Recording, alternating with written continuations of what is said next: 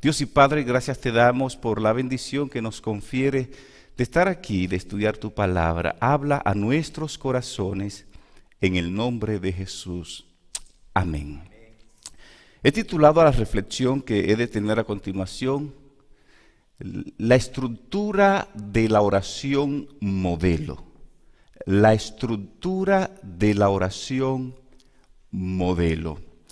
El texto que leía José hace poco, Lucas capítulo 11, versículo 1, Lucas capítulo 11, versículo 1, los discípulos se le acercan a Jesús y le dicen a Jesús: Señor, enséñanos a orar.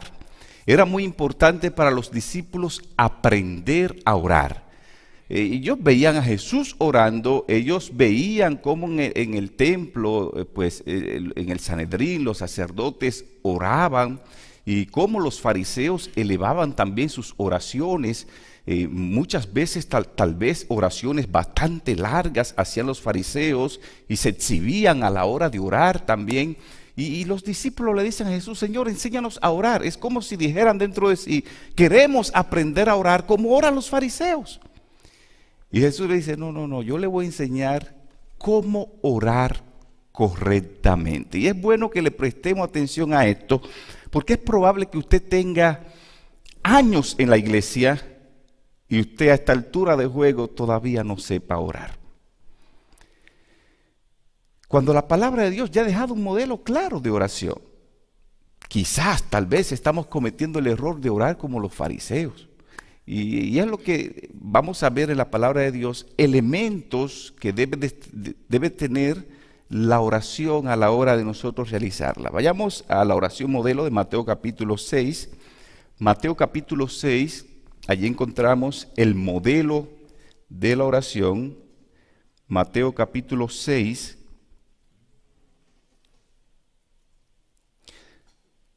Desde el versículo 5 empieza la antesala o empieza el contexto de lo que es el modelo de oración, como lo encontramos a partir del versículo 9. Pero desde el versículo 5 empieza Jesús a hablar acerca de este interesante contexto. Mire, por ejemplo, Jesús le dice a los discípulos: cuando ustedes oren, versículo 5, no sean como los hipócritas, porque ellos aman el orar en pie en las sinagogas y en las esquinas de la calle, para ser vistos de los hombres. De cierto os digo que ya ellos tienen su recompensa si oran así.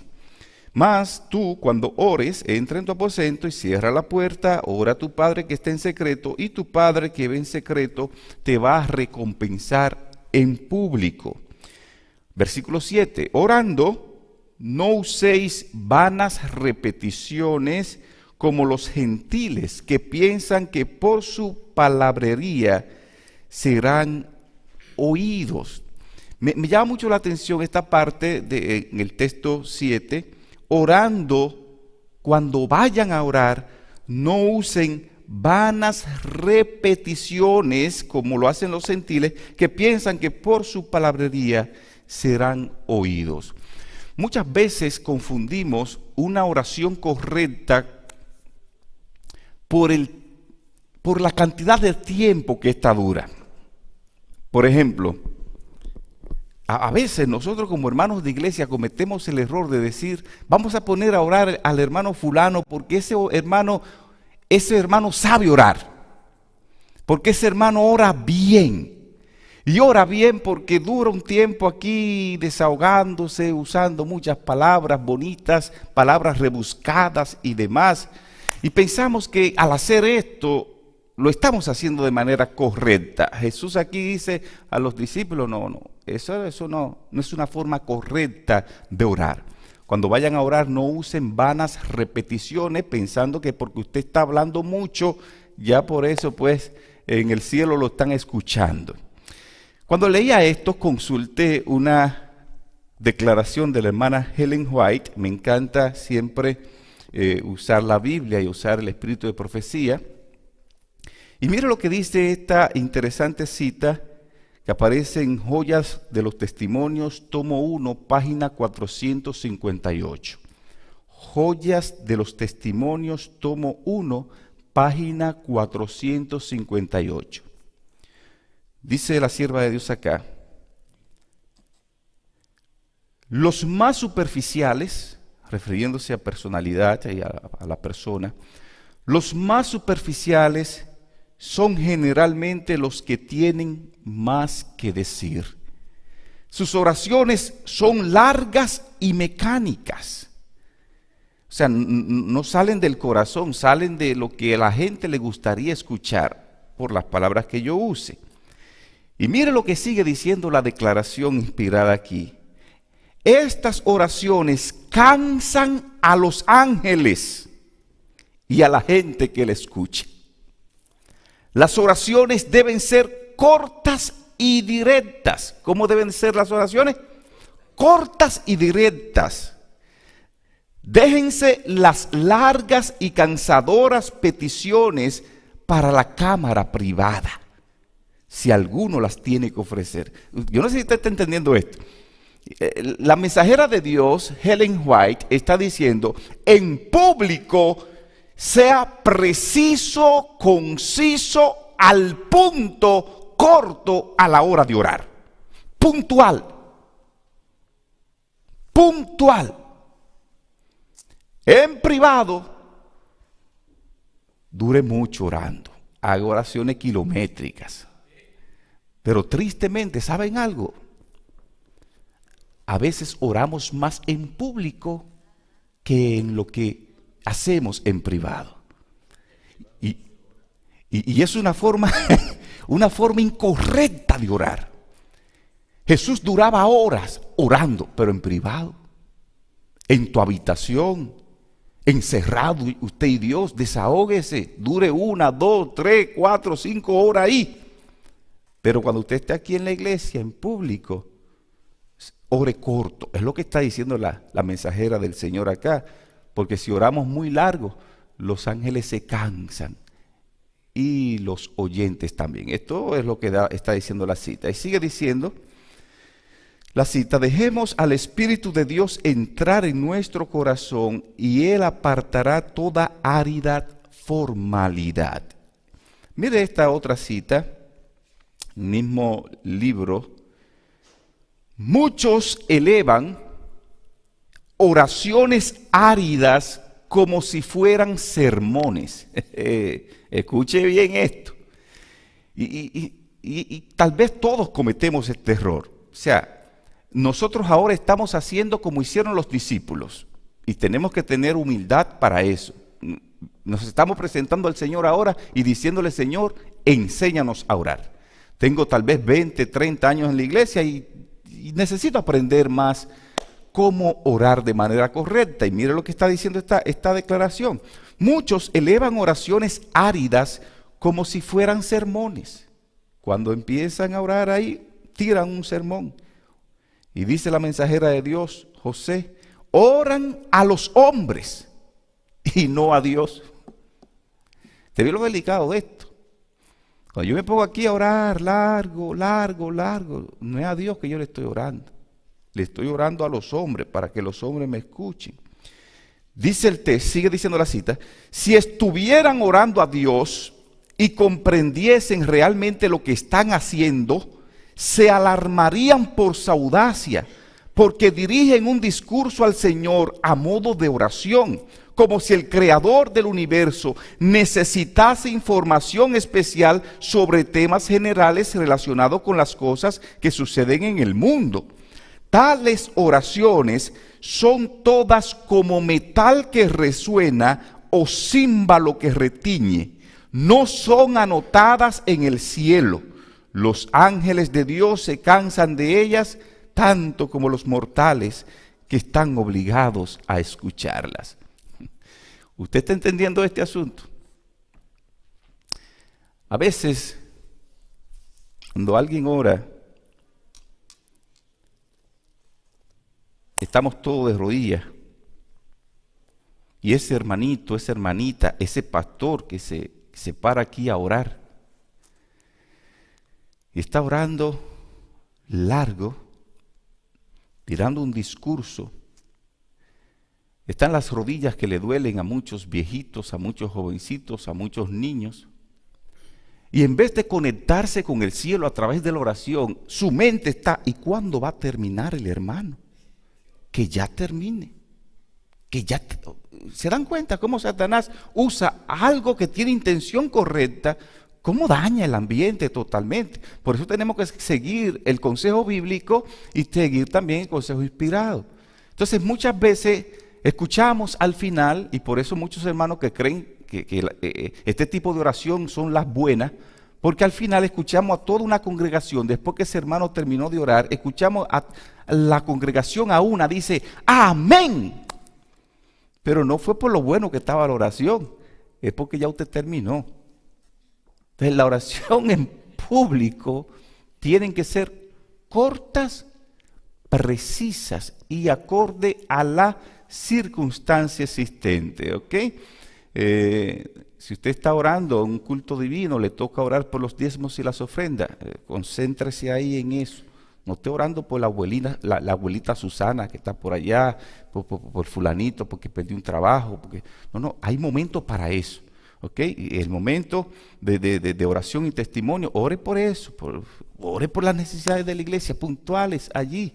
Y ya en oraciones privadas, pues usted extiéndase ahí todo el tiempo que sea necesario. Ahora bien, miremos en el texto bíblico la estructura de la oración modelo, de cómo usted y yo debemos de orar, no como me lo enseñó un pastor o me lo enseñaron en la facultad de teología o cuando yo recibí estudio bíblico, no, sino como lo enseñó Jesús a sus discípulos. Y así debemos de aprender nosotros a orar. Por ejemplo, en el versículo 9, encontramos la primera parte de la estructura de la oración modelo, de cómo deberíamos orar. Y aquí quiero que le presten atención a esto, porque Jesús habla de que no usemos vanas repeticiones, o sea que en la oración no digamos las mismas cosas, pero sin embargo nos dejó un modelo. Bueno, el nombre lo dice, modelo, es una estructura de cómo nosotros orar de manera correcta siguiendo ese patrón, no necesariamente repitiendo el patrón. Es siguiendo ese patrón, esa estructura, esos elementos, como lo vamos a ver a continuación. Mire la primera estructura o la primera parte de la oración modelo, versículo 9. Vosotros pues cuando oréis, háganlo así. Padre nuestro que estás en los cielos, santificado sea tu nombre. Aquí encontramos el primer elemento en la estructura de la oración modelo, es el reconocimiento de la grandeza de Dios. Siempre en mis oraciones de inicio tengo que hablarle al Padre, porque al hacerlo estoy reconociendo la grandeza de Dios. Padre nuestro que estás en los cielos. Usted puede también empezar la oración. Oh Padre amado, oh Dios y Padre. O sea, la oración la estoy haciendo directamente al Padre. No es correcto usted empezar a orar, querido Jesús. No, porque eso no fue lo que Jesús dejó acá.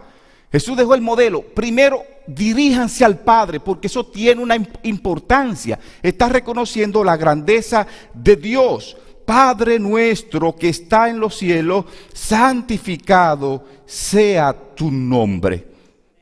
La segunda parte o el segundo elemento de la oración modelo lo vemos en el versículo 10. Venga tu reino, hágase tu voluntad en el cielo, así también como en la tierra.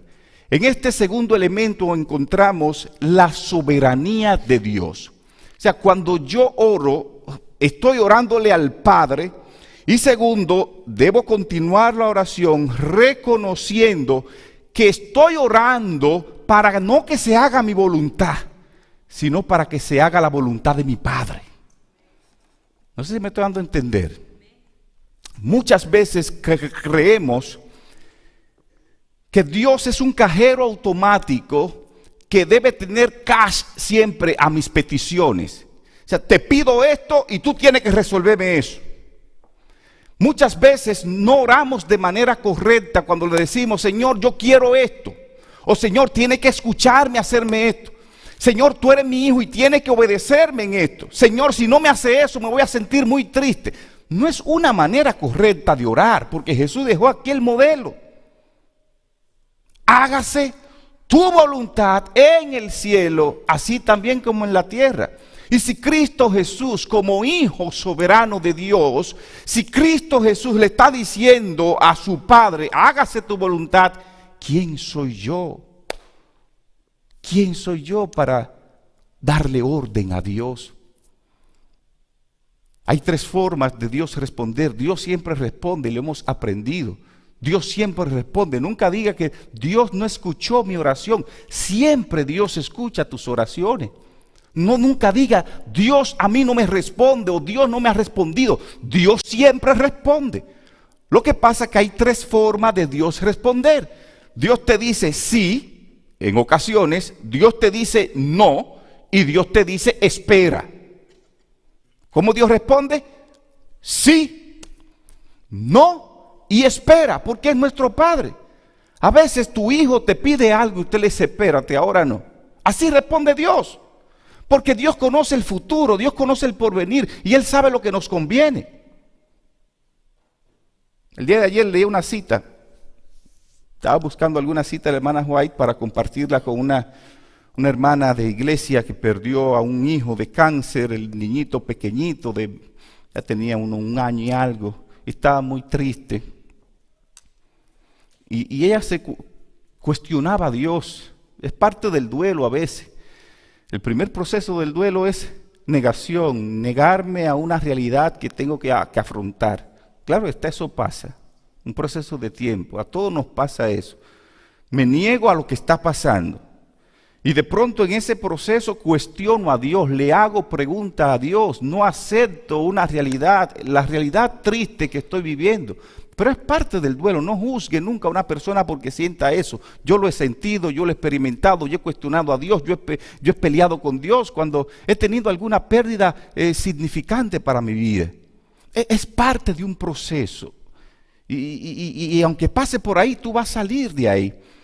Y estaba buscando en el Espíritu de Profecía, encontré una cita de la hermana White que llamó mucho mi atención.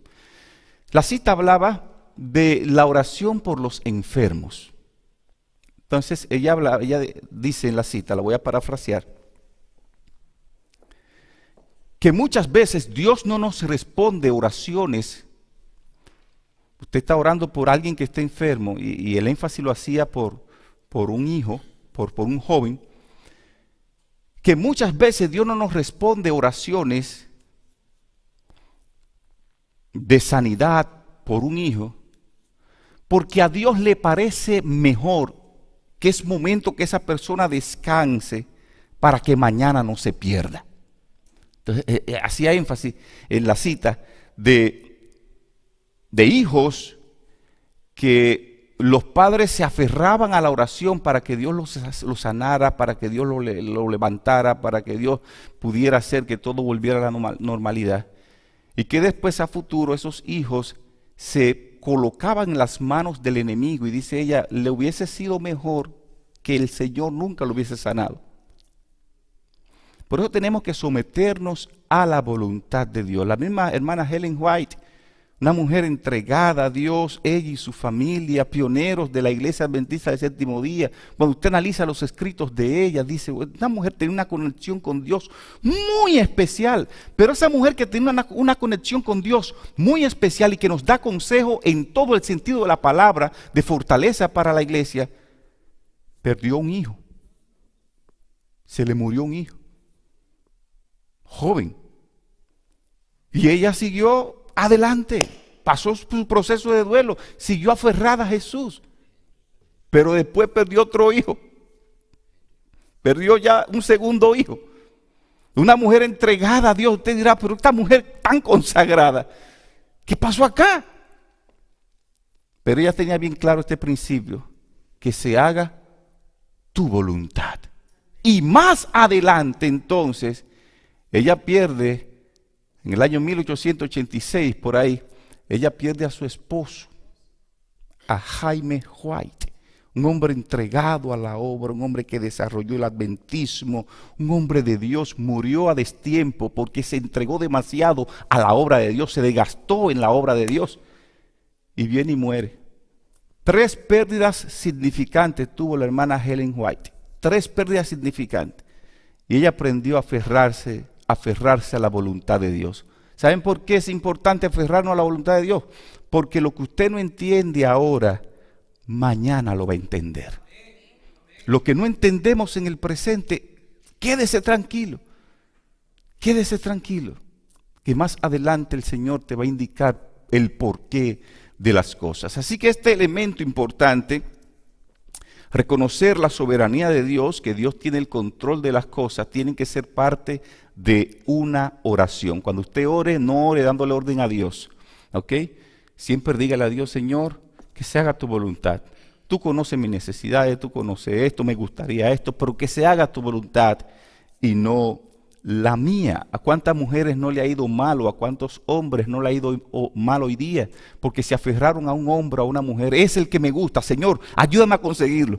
Y lo pusieron en oración, hicieron ayuno, hicieron cadena de oración. ¡Pah! El Señor le permitió eso. Después fue un fracaso, una desgracia para la vida, porque no dejaron que se hiciera, ¿qué cosa? La voluntad de Dios. Dejemos que se haga la voluntad de Dios en nuestra vida. Siempre les aseguro, y escuche esto, amada iglesia, les aseguro que la voluntad de Dios siempre será mejor que la nuestra. Así que hagamos siempre la voluntad de Dios cuando, especialmente cuando estemos orando, tengamos siempre este elemento que es el segundo elemento, el reconocimiento de la soberanía de Dios. El tercer elemento de la oración lo encontramos acá, versículo 11. El pan nuestro de cada día, dánoslo hoy.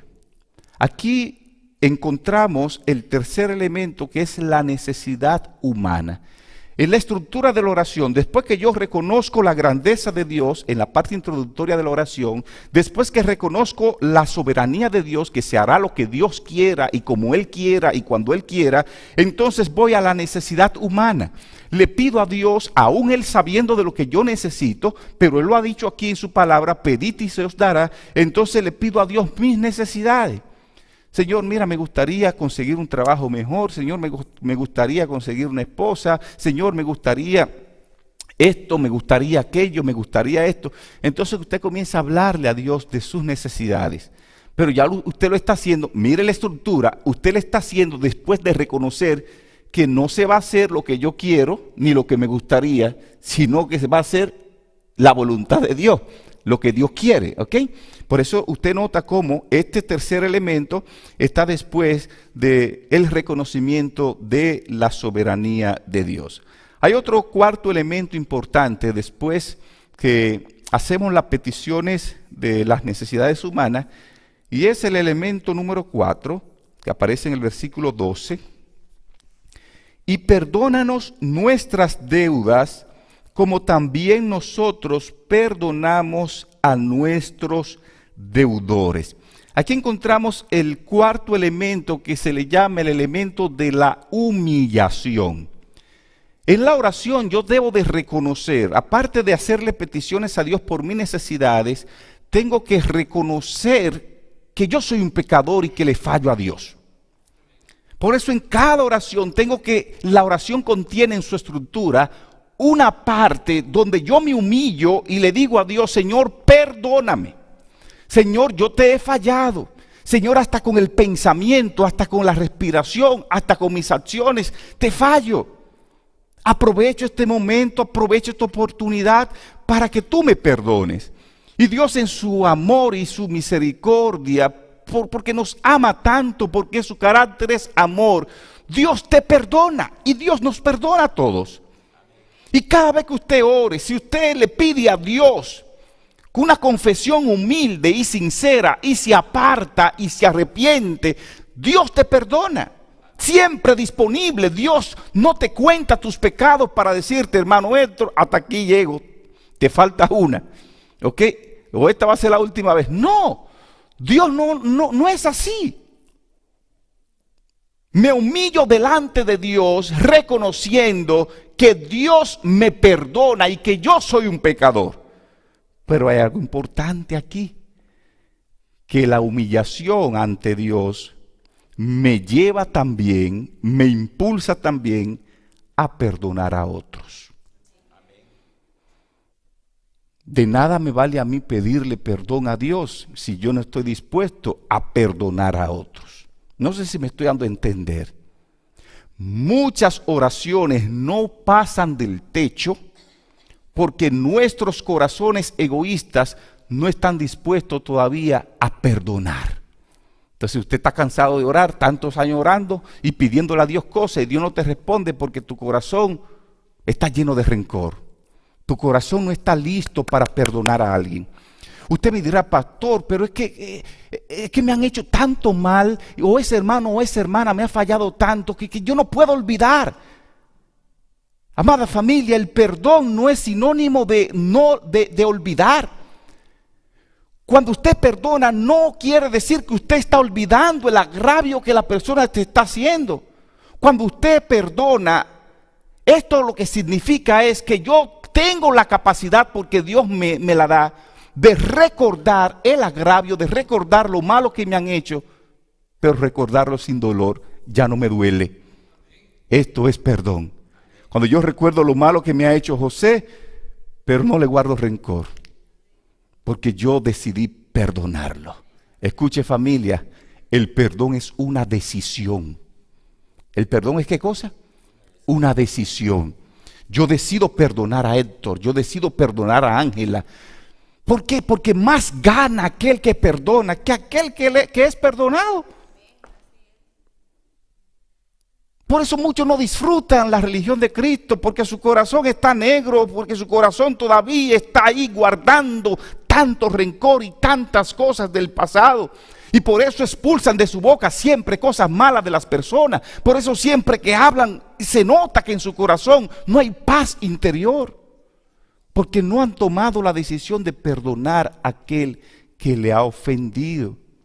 ¿Cómo usted puede pedirle a Dios perdón cuando su corazón no está dispuesto a perdonar a aquel que te ha hecho daño? Esto es parte de la oración modelo. Esta necesidad de humillarme delante de Dios y también estar dispuesto de perdonar a aquel que me ofende. Hay un elemento número 5 en la estructura de la oración.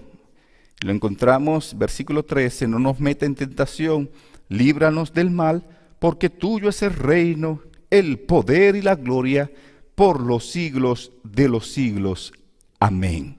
En esta parte reconocemos la gloria de Dios.